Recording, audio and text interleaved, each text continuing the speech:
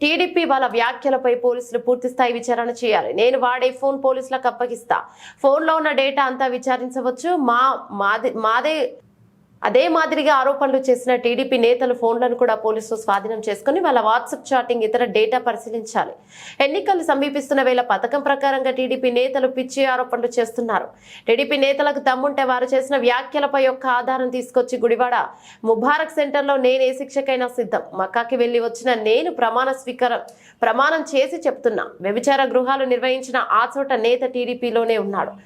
ఎక్కడో పుట్టి గుడివాడ వచ్చిన వ్యక్తులు ఇక్కడ మత విద్వేషాలు రెచ్చగొడుతున్నారు. నా ముస్లిం కమ్యూనిటీ అభివృద్ధి చెందడం లేదని నాన్నగారు అభివృద్ధి చేస్తారన్న నమ్మకంతోనే వైసీపీలో చేరా. ఆయన గెలుపు కోసం నేను పనిచేస్తాను. పార్టీ మారినందుకు నాపై స్క్రిప్ట్ రాయించి నన్ను నా కుటుంబ సభ్యుల గురించి ఇష్టం వచ్చినట్టు మాట్లాడారు.